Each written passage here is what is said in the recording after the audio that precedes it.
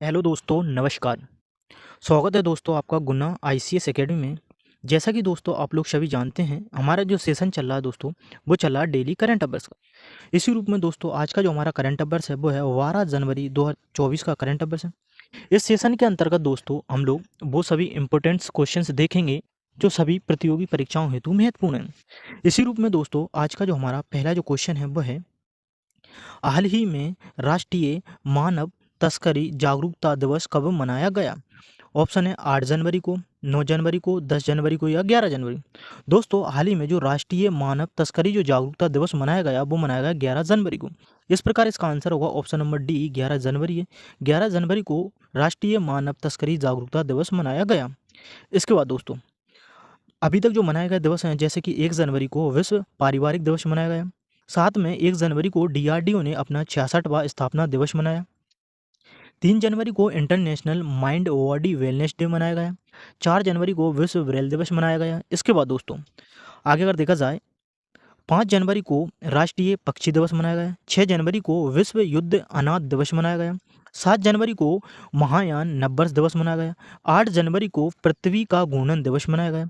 9 जनवरी को दोस्तों प्रवासी भारतीय दिवस मनाया जाता है। इसके बाद 10 जनवरी को विश्व हिंदी दिवस मनाया गया। साथ में ही 11 जनवरी को राष्ट्रीय मानव तस्करी जागरूकता दिवस मनाया गया। इसके बाद दोस्तों और अगला क्वेश्चन देखा जाए, अगला क्वेश्चन है, हाल ही में जारी एनएलए पासपोर्ट इंडेक्स 2024 में भारतीय पासपोर्ट कौन से स्थान पर रहा? 78वें स्थान पर, 79वें स्थान पर, 80वें स्थान पर या 81वें स्थान?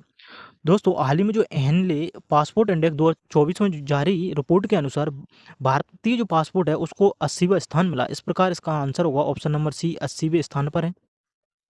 इसके बाद दोस्तों परीक्षा पर अगर चर्चा देखी जाए, जैसे कि भारतीय इंडेक्स 2023 में भारत की रैंकिंग अभी तक, जैसे कि ग्लोबल हंगर इंडेक्स में भारत की 111वीं रैंकिंग थी। क्लाइमेट चेंज परफॉर्मेंस इंडेक्स में 7वीं रैंकिंग थी। वैश्विक शांति सूचकांक में 126वीं रैंकिंग थी। वैश्विक खुशहाली सूचकांक में 126वीं रैंकिंग थी। जेंडर गैप इंडेक्स में 127वीं रैंकिंग थी। इसके बाद अगर देखा जाए, प्रेस फ्रीडम इंडेक्स में 161वीं रैंकिंग थी। लॉजिस्टिक परफॉर्मेंस इंडेक्स में 38वीं रैंकिंग थी। और हाल ही में हेनले पासपोर्ट इंडेक्स 2024 में भारतीय जो पासपोर्ट है उसकी रैंकिंग जो रही भारतीय पासपोर्ट की, वो 80वीं रैंकिंग पर रहा भारतीय पासपोर्ट। इसके बाद अगला अगर क्वेश्चन देखा जाए दोस्तों, वो है हाल ही में भूटान के प्रधानमंत्री कौन बने हैं? जैसे कि सुक्सेस मसरा, ग्रेवियल अटल, शेरिंग टोब्गे या डोनाल्ड टस्क। दोस्तों हाल ही में जो भूटान के जो प्रधानमंत्री बने हैं वो बने शेरिंग टोब्गे बने। इस प्रकार इसका आंसर होगा ऑप्शन नंबर सी हो, यह दूसरी बार प्रधानमंत्री बने हैं। इसके बाद दोस्तों आगे अगर परीक्षा पर चर्चा देखी जाए, जैसे कि महत्वपूर्ण प्रधानमंत्री, जैसे कि पेड्रो जो सांचेज हैं वो स्पेन के प्रधानमंत्री हैं। श्वेता थाबीसीन थाईलैंड के प्रधानमंत्री हैं। रॉबर्ट फीको जो है वो स्लोवाकिया के प्रधानमंत्री हैं।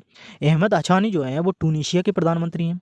डोनाल्ड टस्क जो है वो पोलैंड के प्रधानमंत्री हैं। सक्सेस मसरा हाल ही में चाड के प्रधानमंत्री बने हैं। इसके बाद जो गैब्रियल अटल है हाल ही में फ्रांस के प्रधानमंत्री बने, जो सबसे युवा प्रधानमंत्री हैं फ्रांस के और पहले समलैंगिक प्रधानमंत्री हैं फ्रांस के।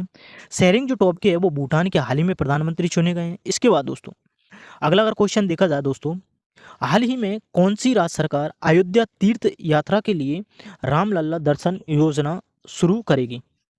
तो जो रामलला दर्शन योजना जो शुरू करेगी वो करेगी छत्तीसगढ़ सरकार करेगी।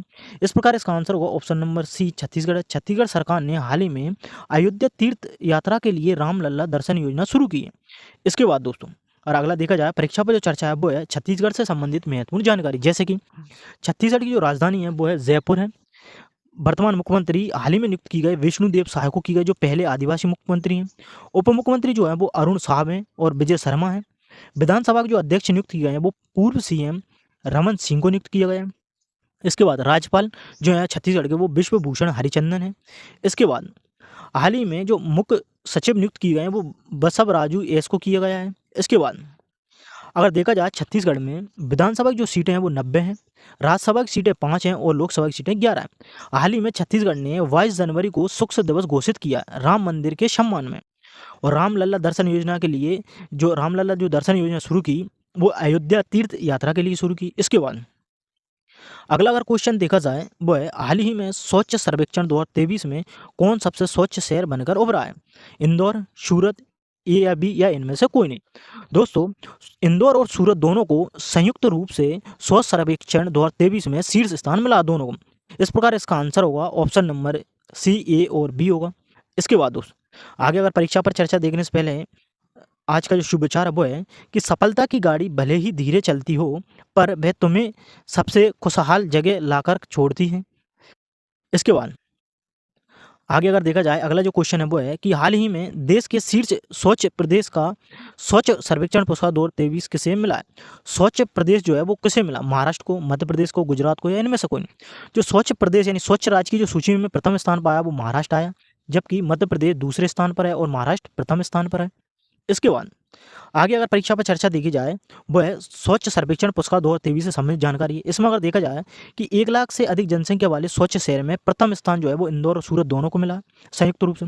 दूसरे स्थान पर कोई सा भी नहीं आया। तृतीय जो स्थान है उस पर नवी मुंबई महाराष्ट्र को मिला। चौथा स्थान विशाखापट्टनम आंध्र प्रदेश को मिला है। पांचवा जो स्थान मिला वो भोपाल मध्य प्रदेश को मिला है। इसके बाद अगर 1 लाख से कम जनसंख्या पर देखा जाए स्वच्छ शहर, तो वो है प्रथम स्थान सासबड़ महाराष्ट्र को है, द्वितीय स्थान पाटन छत्तीसगढ़ का है और तृतीय स्थान लोनावाला महाराष्ट्र है, जो 1 लाख से कम जनसंख्या पर मिला इनको। अब अगर देखा जाए आगे स्वच्छ राज्य में देखा जाए तो प्रथम स्थान महाराष्ट्र को मिला, द्वितीय स्थान मध्य प्रदेश को और तृतीय स्थान छत्तीसगढ़ को मिला है। इसके बाद आगे अगर देखा जाए स्वच्छ सर्वेक्षण 2023 की रैंकिंग में गंगा किनारे बसे स्वच्छ शहरों में प्रथम स्थान वाराणसी को मिला, द्वितीय स्थान प्रयागराज को मिला। अब इसके बाद अगर देखा जाए चंडीगढ़ जो है वो बेस्ट सफाई मित्र सुरक्षित शहर का अवार्ड मिला है इसको, जबकि महू को सबसे स्वच्छ कैंटोनमेंट बोर्ड का अवार्ड मिला है। इसके बाद और आगे देखा जाए, अगला जो क्वेश्चन है वो है हाल ही में घुड़सवारी के लिए अर्जुन अवार्ड पाने वाली पहली भारतीय महिला कौन बनी है? दिव्यकीर्ति सिंह, पारुल चौधरी, आर वैशाली या दीक्षा डागर। दोस्तों, हाल ही में दिव्यकीर्ति सिंह घुड़सवारी में इनको अर्जुन पुरस्कार दिया गया। इस प्रकार जो पहली भारतीय महिला है जो अर्जुन पुरस्कार मिला, दिव्यकीर्ति सिंह को मिला घुड़सवारी के लिए। इसके बाद अगला अगर क्वेश्चन देखा जाए कि हाल ही में कुल कितने खिलाड़ियों को अर्जुन अवार्ड से सम्मानित किया गया? ऑप्शन है 25, 26, 27 या 28। हाल ही में जो अर्जुन अवार्ड से सम्मानित किया गया वो कुल 26 लोगों को सम्मानित किया, जिसमें मोहम्मद शमी भारतीय गेंदबाज भी हैं। इस प्रकार इसका आंसर होगा ऑप्शन नंबर वी 26 होगा। Option number V 26 Arjun award से सम्मानित किया लोगों को। इसके बाद अगला क्वेश्चन है कि हाल ही में चर्चा में रहे अटपाड़ी कंजर्वेशन रिजर्व का संबंध किससे? कर्नाटक से, महाराष्ट्र से, तमिलनाडु से या आंध्र प्रदेश। अटपाड़ी जो कंजर्वेशन रिजर्व का जो संबंध है वो है महाराष्ट्र से। इस प्रकार इसका आंसर होगा ऑप्शन नंबर वी महाराष्ट्र है। इसके बाद अगर आगे देखा जाए परीक्षा पर जो चर्चा है वो महाराष्ट्र राज्य से संबंधित, जैसे कि राजधानी मुंबई है, मुख्यमंत्री एकनाथ शिंदे हैं, राज्यपाल रमेश बैस है, रश्मि शुक्ला को नया डीजीपी नियुक्त किया, जो पहली महिला है डीजीपी नियुक्त किया, रतन टाटा को पहला उद्योग रत्न अवार्ड देने की घोषणा की गई। इसके बाद आगे अगर देखा जाए एफडीआई प्राप्तकर्ता के रूप में देश में शीर्ष स्थान पर है महाराष्ट्र। पुणे जो है वो सबसे बड़ी पठन गतिविधि के लिए गिनीज वर्ल्ड रिकॉर्ड बनाया है हाल ही में। केतकी जो राउत है वो मिस महाराष्ट्र 2023 के लिए नामित की हुई हैं। शीर्ष पर अगर देखें तो 37वें राष्ट्रीय खेलों में महाराष्ट्र और जीडीपी के मामले में बाघों की मृत्यु तीनों में शीर्ष स्थान पर है। इसके बाद अगर देखा जाए उद्गम स्थल के रूप में देखा जाए तो कृष्णा नदी का उद्गम स्थल महाबालेश्वर से होता है, गोदावरी नदी का त्र्यंबकेश्वर से होता है। हाल ही में महाराष्ट्र सरकार ने ड्रोन मिशन प्रारंभ करने की मंजूरी दी है। इसके बाद और आगे देखा जाए 27वां राष्ट्रीय युवा महोत्सव 2024 में नासिक में हुआ, जो भारतीय विशाल गिलहरी, इसका शुभंकर जो है वो भारतीय विशाल गिलहरी को बनाया गया है। 27वां राष्ट्रीय युवा महोत्सव 2024 जो है वो नासिक महाराष्ट्र में हुआ, जिसका जो शुभंकर है वो भारतीय विशाल गिलहरी है। इसके बाद अगला जो क्वेश्चन है वो है कि हाल ही में किसने यूनाइटेड कप 2024 का खिताब जीता है? ऑप्शन है इंग्लैंड ने, फ्रांस ने, जर्मनी में या पोलैंड ने।